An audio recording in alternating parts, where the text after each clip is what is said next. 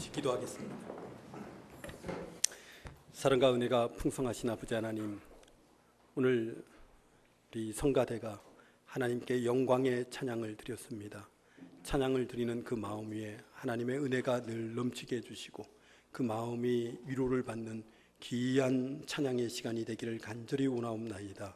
아버지 하나님, 이 시간 우리 듣는 우리의 영혼에도 주님께서 주시는 하늘의 평안을 허락하여 주시고 늘 그 찬양을 통해서 기쁨을 얻게 하여 주시옵소서. 아버지 하나님, 찬양의 능력을 얻어서 아버지 하나님께 영광 돌리는 이 시간이 되기를 간절히 원하오며 예수님의 이름으로 기도드리옵나이다. 아멘. 서기 354년에 태어나서 430년에 돌아가신 위대한 목사님이 한 분 계십니다. 그 이름은 아마 여러분들도 좀 아시는 것처럼 성 어거스틴이라는 분이십니다. 이 라틴어로 하면은 아우구스티누스라고 그러죠. 이 어거스틴 이 목사님은 북아프리카 카르타고, 지금은 이제 알제리로 이렇게 변했죠. 이름이 변했는데요. 이 그 카르타고에서 태어나셔서 평생을 로마에서 목회를 하시면서 이단과 이제 싸웠던 위대한 목사님이십니다. 그런데 이 목사님의 생애 중에서 가장 큰 위기를 겪습니다. 410년경에 소고트족이 로마를 침략하여 약탈하고 온갖 악행을 저지릅니다.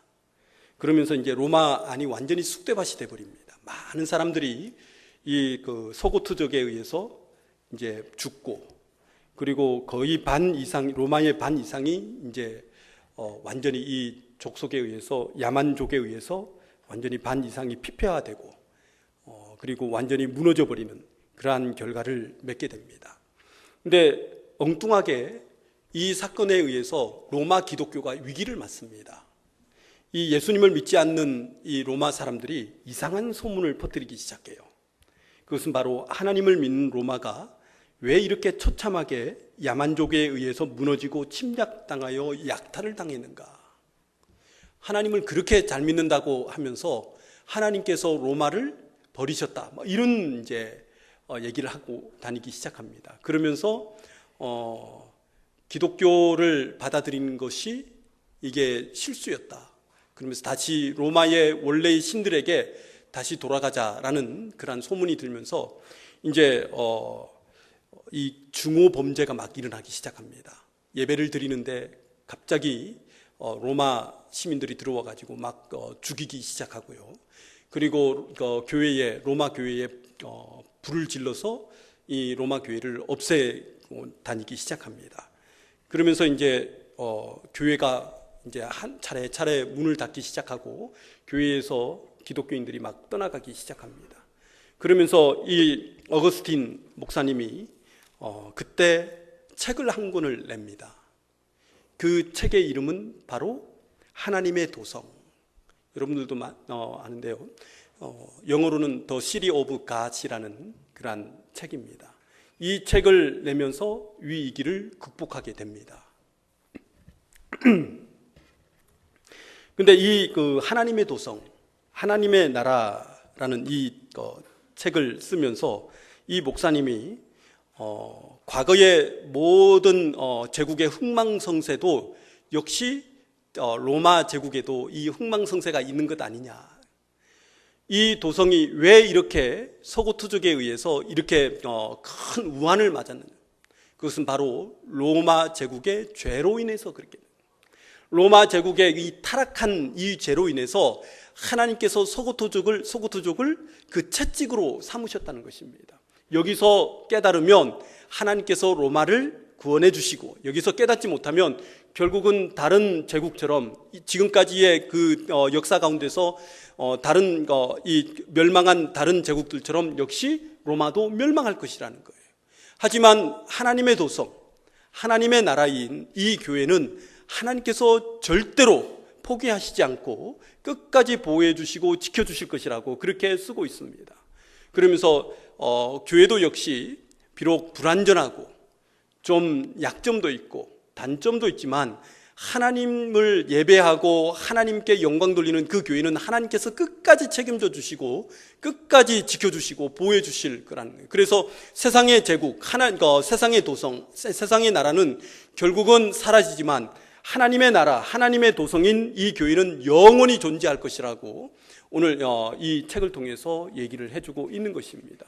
이 사상이 어거스틴 목사님께서 말씀하신 이것은 바로 예수님의 그런 정신을, 사상을, 신학을 그대로 가져와서 쓰고 있는 것입니다. 그래서 하나님의 나라, 하나님의 도성이 무엇인지를 예수님께서 오늘 우리에게 얘기해 주시고 있다는 것입니다. 오늘 함께 31절과 32절을 한번 읽어보겠습니다. 다만 너희는 그의 나라를 구하라. 그리하면 이런 것들을 너희에게 더하시리라. 적은 무리여 무서워 말라. 너희 아버지께서 그 나라를 너희에게 주시기를 기뻐하시느니라. 오늘 말씀의 이 나라는 하나님의 도성입니다. 하나님의 나라입니다. 31절과 32절에 나오는 나라, 그의 나라는 바로 하나님께서 베푸시는 그러한 천국과 같은 하나님의 나라, 하나님의 도성이라고 오늘 말씀해 주시고 있다는 것입니다. 그래서 32절에서는 하나님 아버지께서 구하는 우리에게 그 나라를 주시기에 기뻐하신다고 오늘 말씀해 주시고 있습니다. 자, 그러면은 나라는 뭘 의미할까요? 나라는 국가잖아요. 국가, 네이션이라고 그랬죠. 이 국가의 3요소가 있습니다. 여러분들도 아시는 것처럼 국가의 3요소는 무엇입니까? 국민이 있어야 국가가 형성되는 거죠. 그 다음에 땅이 있어야 돼요. 영토가 있어야 됩니다. 그리고 주권이 있어야 됩니다. 이 세 가지가 있어야 국가가 형성되는 거예요. 만약에 그 중에 하나라도 빠지면 어떻게 됩니까? 국가가 형성이 안 되는 거예요. 그래서 무인도 있지 않습니까? 무인도에 왜 자꾸 보내려고 합니까? 거기서 살게 하려고 집도 지어주고 그러잖아요, 국가가. 왜 그래요? 거기에 국민이 살지 않으면 그 무인도가 다른 나라로 넘어갈 수도 있는 거예요. 독도도 마찬가지잖아요. 독도에 왜 거기다가 우리 경찰을 보내고 막 그래요. 거기에 사람이 살지 않으면 무인도가 되기 때문에 일본이 뺏어가 버리는 거예요. 그래서 자꾸 무인도에 사람을 살게 만드는 이유가 국민이 있어야 국가가 이루어지는, 영토가 되는 거예요. 또 거기에 주권이 이루어지는 겁니다. 그래서 국가의 제3요소, 즉 국민과 영토와 주권입니다. 그래서 국가라는 이 조직은요, 이 제3요소, 국민과 영토와 국민의 주권을 보호해주고 지켜줄 의무가 있다는 것입니다. 그래서 국가는 국민의 생명과 안위를 위해 봉사하는 소명을 가지고 만들어진 조직이 바로 국가 조직이라는 거예요. 지난주에요, 화성 연쇄 살인범이 DNA 검사를 통해서 붙잡혔다는 소식을 접하게 되었습니다. 아마 큰 충격을 받았을 거예요. 정말 못 잡을 것 같은 그런 범인인데 이렇게 DNA 검사를 통해서 이제 과학이 발전해서 그렇게 이제 그 범인을 잡게 되었습니다. 1986년이죠. 벌써 33년이 지났습니다. 1986년 온 나라를 공포에 떨게 만들었던 연쇄 살인 사건이 해결됐는데요. 그때만 하더라도 제가 대학교 1학년 때였습니다. 아직도 이렇게 기억에 생생히 남아 있는데요. 10명의 부녀자들이 어린아이로부터 시작해가지고 나이 드신 분까지, 여성까지 그렇게 이제 희생이 되었습니다. 그래서 제가 옛날 생각도 나고 그래가지고 2003년에 영화로 만들어졌던 살인의 추억이라는 그런 영화를 다시 보게 되었습니다. 이 영화를 봤는데 제가 이제 두 번째 이렇게 보는데요. 이게 쭉 보면서 한 가지를 이렇게 영화를 통해서 느끼게 되었어요. 하나는 폭력입니다. 이 영화 가운데서 두 가지 폭력이 나옵니다. 한 가지 폭력은 누구에 의해서 이루어지는 겁니까? 살인범에 의해서. 살인범에 의해서 이제 사람을 이제 죽이고 강간하고 죽여서 살인하는 폭력. 근데 또 한 가지 폭력이 나오는데 그게 국가의 폭력입니다. 정말 아무 죄도 없는 사람, 아무런 아무것도 없는 그런 이 사람들이요, 경찰들에 의해서 잡혀가 가지고 고문을 당합니다. 고문을 당하면서 범인이라고 막 진범이라고 이렇게 형사들이 막 때리면서 고문하면서 네가 진범이라고 얘기하라고 그렇게 막 합니다. 그러면서 160명이죠. 160명이 잡혀와 가지고 고문을 당해요. 그 마을 통째로 데리고 와 가지고 정말 아무런 정말 힘도 없는 연약한 그 사람들을 데리고 와 가지고 이렇게 고문을 당하는. 그러면서 거기서 3명씩이나 자기의 목숨을 끊는 그 비극적인 일들이 막 일어나고 있어요. 그런 일들이 비일비재하게 그때 일어나고 있었던 거예요. 그래서 이 두 가지 폭력이 이 영화를 이렇게 이끌어가는 두 가지 어떤 그 바퀴가 되어서 막 한 곳에서는 뭡니까? 국가에 의해서 폭력이 막 일어나고 있고 한 곳에서는 살인범에 의해서 그 폭력이 일어나고 이렇게 일어나고. 아니 도대체 국가라는 것은 정말 이 피해를 보고 죽어가고 있는 이 여성들을 보호해 줘야 되는데 보호해 주기는커녕 뭡니까? 다른 사람들을 잡아가지고 뭡니까? 고문을 하면서 막 뭡니까? 폭력을 휘두르는 거예요. 그러면서 이제 진범이라고 잡아가지고 감옥에 이렇게 넣으면은 그 몇 주 후에 또 뭡니까? 그런 사건이 일어나는 거예요. 그러면은 이제 형사들이 야 이거 진범이 아닌갑다 하고 감옥에서 이렇게 다시 나가고 이런 일들이 계속 반복이 됩니다. 경찰들이 그렇게 연간 200만 명이나 그렇게 투입을 했음에도 불구하고 진범을 찾지 못하고 계속 범행은 매년마다 두세 건씩 일어나고 있는 거예요. 그러니까 이런 폭력, 이 두 가지 폭력이 막 일어나요. 그러니까 나라라는 이 국가라는 이 의미가 사라져버린 거예요. 국가가 무엇의 중심점이 있습니까? 국민들의 안위와 그리고 국민들을 보호해주는 목적으로 나라가 세워진 거 아닙니까? 외부의 적들로부터 군사력을 키워가지고 외부의 적들로부터 보호해주는 임무가 바로 나라에 있는 거예요. 근데 4년, 5년 동안 계속 뭡니까? 엉뚱하게 하고 있었던 거예요, 국가는. 그래서 제가 한 가지 기대를 걸고 있었어요. 이번에 이제 화성 연쇄 살인범이 잡힌 국가가 국민들 앞에 뭡니까? 우리가 잘못했습니다. 근데 사죄를 하지 않아요. 불과 몇 년 전만 하더라도요. 이 트라우마에 의해서 그 화성 연쇄 살인 사건 때문에 트라우마 범인으로 잡혀가지고 그 고문을 당했던 사람이 몇 년 전에 자기 목숨을 자기가 스스로 끊었던 일까지 일어났어요. 아직도 그 사건이 이렇게 계속 연장되고 있는데 국가는 막 자화자찬하는 거예요. 범인을 잡았다고 막 DNA 정말 이게 국가냐는 거예요. 국민의 생존권과 국민의 그러한 생명을 보호해줘야 할 국가가 정작 정말 아무런 힘도 없는 그러한 사람들에게 폭력을 행사하고 그것을 보면서 내가 이번 사건을 보면서 국가란 무엇인가라는 것을 다시 한번 생각해 봤습니다.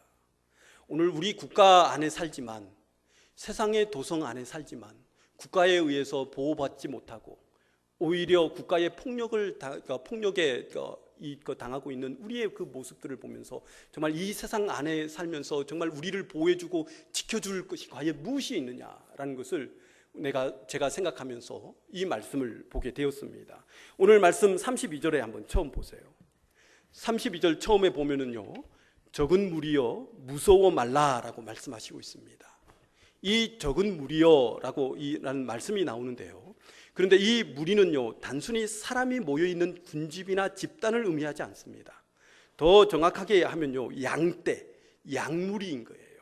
그러니까 이 적은 양무리여라고 해야 됩니다.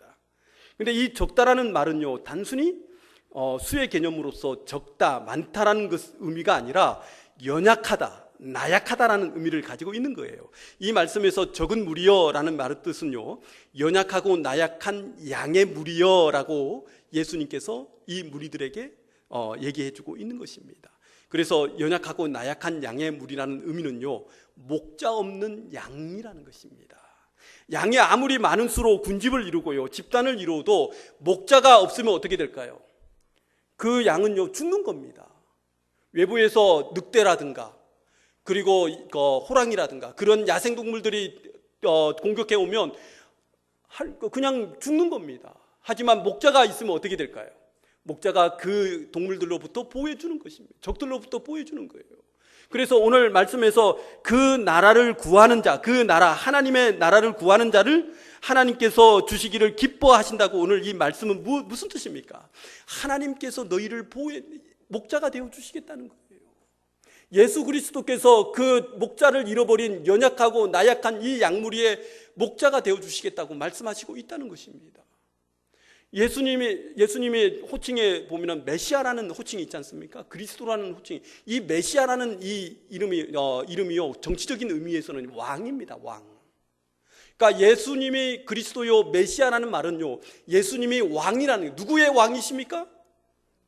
예, 양무리의 왕이 되어 주신, 이 나라를 주시겠다는 이 말은요, 바로 내가 너희의 왕이 되어 주겠다는, 내가 너희의 목자가 되어 주겠다. 그래서 내가 너희를 보호해 주겠다는 것입니다.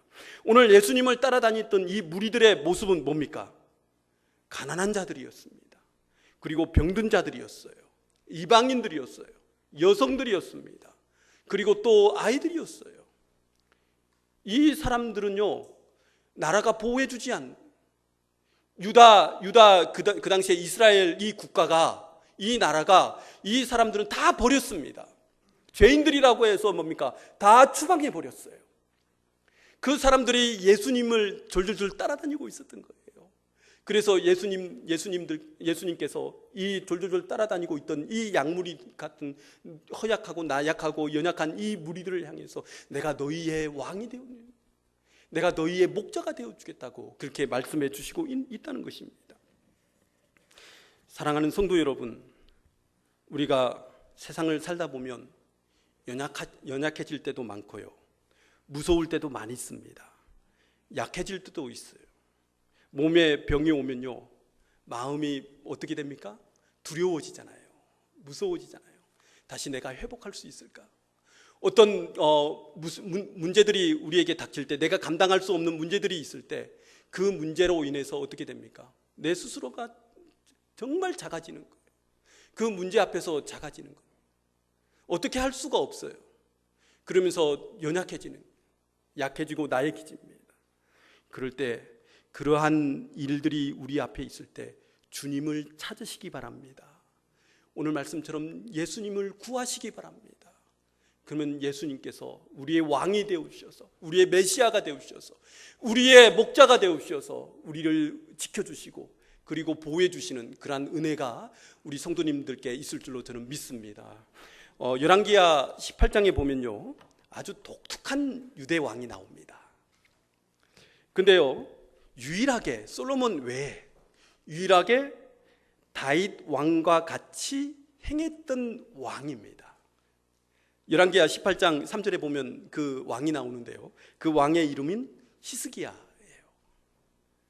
유일하게 다윗 왕과 같은 왕이었다라고 이렇게 얘기가 되는 이 왕이 바로 히스기야 왕이었습니다.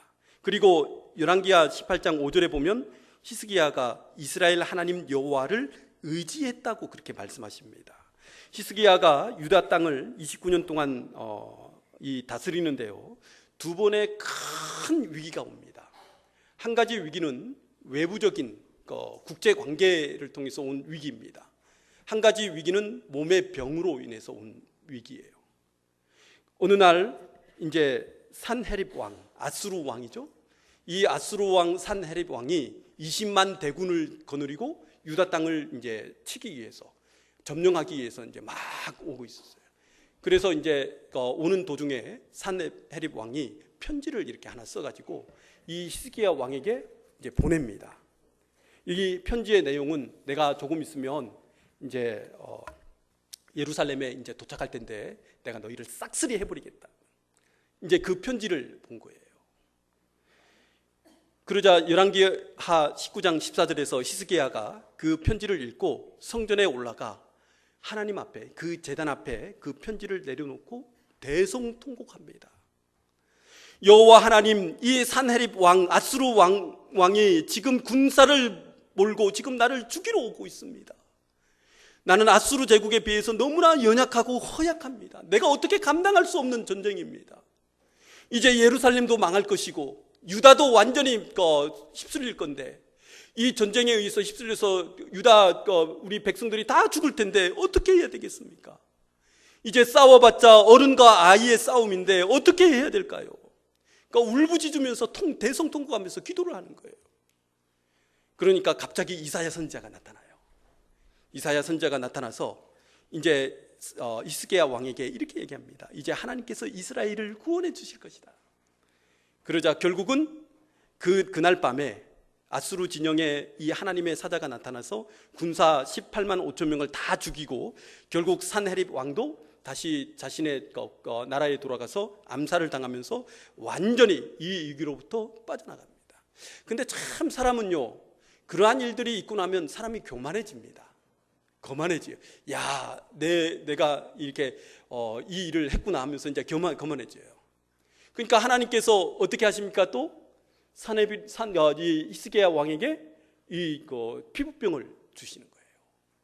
이 피부병을 지금이야 이 병원 가서 이렇게 고치면 되지만 그 당시에 피부병 한번 걸리면 이거는 사형 선고나 마찬가지예요. 그래서 이 피부병을 걸리자 이 히스기야 왕이 또 열왕기하 20장에서 또 성전에 올라가서 그 성전의 벽을 대고 어떻게 합니까? 부르짖는 거예요. 울부짖는 거예요. 주님, 내가 이게 피부병에 걸려서 이게 죽게 생겼습니다. 제발 한 번만 살려주십시오. 제발 이 병에서 나를 구해 주시옵소서. 그러니까 어떻게 합니까? 이사야가 또 나타나요. 나타나서 무화과 반죽으로 히스기야의 그 피부를 뭡니까? 이렇게 바르자 회복하는, 다시 히스기야가 회복하는 그런 기적이 일어나게 됩니다. 여러분, 히스기야가 왜 이 위기를 극복했습니까? 자기 힘으로요? 자기가 건강해서? 어떻게 했어요? 하나님을 철저히 의지했다는 거예요. 다윗과 같다고 그랬습니다. 다윗을 한번 생각해 보세요. 지난주에도 다윗과 관련된 얘기를 했는데요, 다윗은요, 어떤 위기가 오든지 간에 어떤 어려운 감당할 수 없는 그러한 시련이 왔을 때 다윗은 자기의 힘과 능력을 믿은 것이 아니라 하나님께 의지했던 위대한 왕이었다는 것입니다. 똑같이 히스기야도 어떻게 했습니까? 하나님을 의지한 거예요. 하나님 앞에 가서 부르짖었던 거예요. 그러자 하나님께서 히스기야를 보시고 어떻게 해요?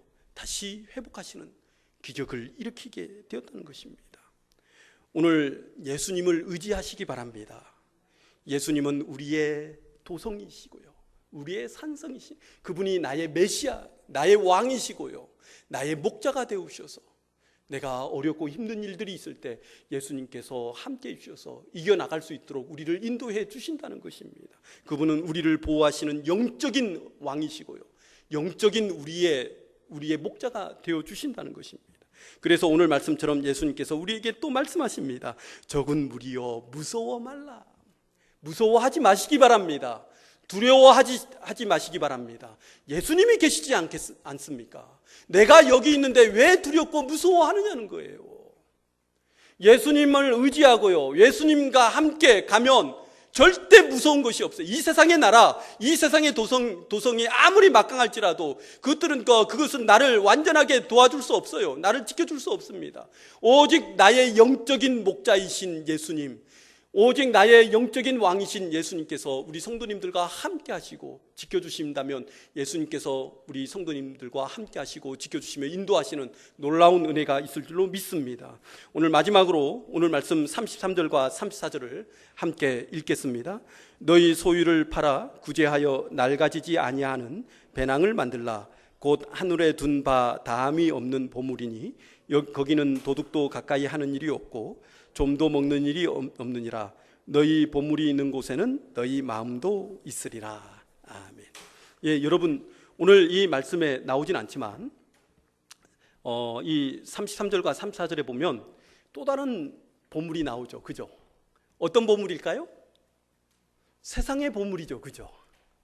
그러니까 세상의 보물과 지금 오늘 이 33절과 34절의 말씀은 세상의 보물과 영원한 보물, 이 두 가지가 함께 반대돼서 나오고 있는 거예요.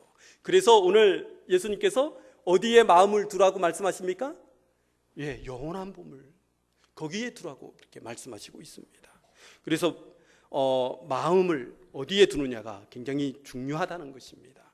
보통 우리가 어렵고 힘든 일들을 만나면요, 뭐라고 얘기합니까? 보통 이렇게 힘들고 어려운 사람들을 만나면, 친구들을 만나면 어떻게 해요?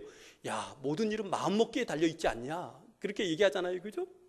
그러니까 마음을 어떻게 먹느냐에 따라서 그 문제를 해결할 수 있다는 거예요.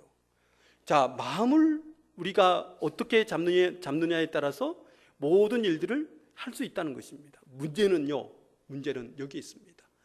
여러분, 마음을 진짜 잡을 수 있습니까? 여러분들, 우리 성도님들, 마음을 진짜 완전히 잡아서 내 마음대로 한 적이 있습니까? 저는요, 이 땅이 생기고 난 다음부터, 여기에 사람이 살고 난 다음부터 지금까지요, 마음을 100% 잡은 사람 한 명도 없어요. 어떤 수도사가요, 이제 죽기 얼마 전에 이제 저기 제자들을 이렇게 다 잡아가지고, 자, 이제 다 오라고 그래요. 마지막 유언을 딱 유언을 하는데 자기의 삶을 이렇게 얘기해요. 내가 내 육신도 다 잡았고, 그리고 내가 참 수련을 하고 훈련을 하면서 이렇게 하나님 나라에 가기 얼마 남지 않은데 내가 유일하게 잡지 못한 것이 하나가 있어요. 무엇입니까? 마음이라. 무슨 뜻입니까? 아무리 내가 그냥 산에 가서 어디 가서 혼자서 아무리 내가 수련하고 훈련을 할지라도, 다른 것은 다 잡을지라도 절대 잡을 수 없는 것이 바로 내 마음이라는 것입니다. 어떤 일들이 벌어졌을 때, 무슨 일이 벌어졌을 때 어떻게 해요? 먼저 흔들리는 게 무엇입니까? 마음이잖아요. 내 마음을 아무도 잡을 수가 없다는 것입니다. 여러분, 이 오늘 말씀 가운데서 너희 마음을 보물에 두면 그 마음을 잡을 수 있다고 말씀해 주시고 있는 것입니다. 그 보물이 무엇일까요? 여러분, 오늘 이 33절과 34절에 나오는 그 보물은 뭘까요? 여러분, 예수님입니다. 예수님. 오늘 말씀 34절에 이렇게 말씀해, 너희 보물 있는 곳에는, 너희 예수님이 계시는 곳에는 너희 마음도 있어야 된다. 너희가 예수님께 마음을 두고 살아가면 그 마음을 예수님께서, 우리는 잡을 수 없지만 예수님께서 우리 마음을 잡을 수 있다는 것입니다. 우리의 마음을 지금 어디에 두고 있습니까? 세상의 보물에 두고 있습니까? 세상의 즐거움에 두고 있습니까? 세상의 기쁨에 두고 있습니까? 오늘 여러분들의 마음을 예수님께 두고 사시기 바랍니다. 그러면 예수님께서 여러분의 마음을 잡아주시는 거예요. 여러분, 그 폐물 다 갖고 계십니까? 폐물, 이렇게 옛날에 이렇게 어머님들이 이렇게 시집 가시면 어떻게 해요? 시집 가면은 따님에게 이렇게 모아뒀던 그 폐물, 이렇게 금이라든가 은이라든가 보석들을 해가지고 이렇게 드리잖아요, 그죠? 그거를 갖고 이제 시집을 가세요. 그러면은 왜 이 폐물을 갖고 시집을 가십니까? 예, 요긴한 때, 위기 때 이렇게 쓰기 위해서 가잖아요, 그죠? 그래서 이제 만약에 집이 기울면 어떻게 해요? 폐물을 갖고 와가지고 빨리 이렇게 팔아가지고 뭡니까? 그 위기를 넘어가는 거예요. 그래서 이렇게 그러더라고요. 그 폐물이 있는 곳만 보면 뭡니까? 마음이 흐뭇한 거예요. 야, 이 마음이 이제 그러잖아요. 금은 보석이 이렇게 있는 폐물을 보면은, 야, 어떤 위기가 와도 저것만 팔면 내 위기를 극복할 수 있지. 그렇게 하잖아요, 그죠? 그것만 보면은 마음이 흐뭇합니다. 그러면 그 폐물과 보석이 영원합니까? 위기가 오면 팔아가지고 팔다 보면 어떻게 돼요? 어느 순간에 사라지잖아요, 그죠? 여러분, 예수님만 보면 내 마음이 흐뭇해집니다. 우리 성도님들의 마음이 그렇지 않습니까? 우리가 예수님만 보면, 우리 말씀을 통해서 예수님의 말씀을 보면요, 내 마음이 흐뭇해지고 내 마음이 강해지고 내 마음을 잡을 수 있는 그 사람이 바로 오늘 하나님 나라의 백성이라는 것입니다. 하나님 나라의 백성이 누굽니까? 왕이신 예수님, 나의 참 목자이신 예수님만 바라보고 사는 사람들이 바로 우리 하나님 나라의 백성이라. 오늘 말씀에서 작은 자여 두려워 말라, 작은 무리여 무서워 말라. 비록 우리는 연약하고 그리고 그러한 위기 앞에서 우리 마음이 떨리지만 그럼에도 불구하고 예수님이 우리의 왕이시고 우리의 참 목자가 되어주신다면 우리 마음이 떨리지 않고 무섭고 두려워하지 않을 줄로 믿습니다.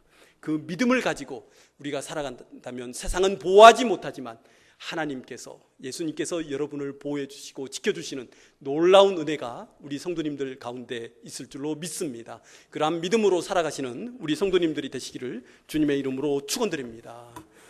기도하겠습니다. 아버지 하나님, 우리가 살아가면서 위기가 올 때마다, 어렵고 힘든 일들이 있을 때마다 주님께서 우리를 지켜주시는 참 목자가 되어주시고 우리의 왕이 되어주시는 그 은혜에 감사를 드립니다. 아버지 하나님, 우리의 마음을 세상의 보물에 두는 것이 아니라 우리의 구원의 보물이신 예수님께 두면서 살아가게 하여 주시옵소서. 그럴 때 주님께서 우리의 마음을 잡아주시고 우리의 마음을 강하게 해 주실 줄로 믿습니다. 그래서 어떤 어려움이 올지라도, 무서운 일들이 우리 앞에 있을지라도 극복하며 이겨나갈 줄로 믿습니다. 주님만 바라보면서, 예수님만 바라보면서 살아가는 하늘나라의 백성이 되는 저희가 되기를 간절히 원하오며 예수님의 이름으로 기도드리옵나이다. 아멘.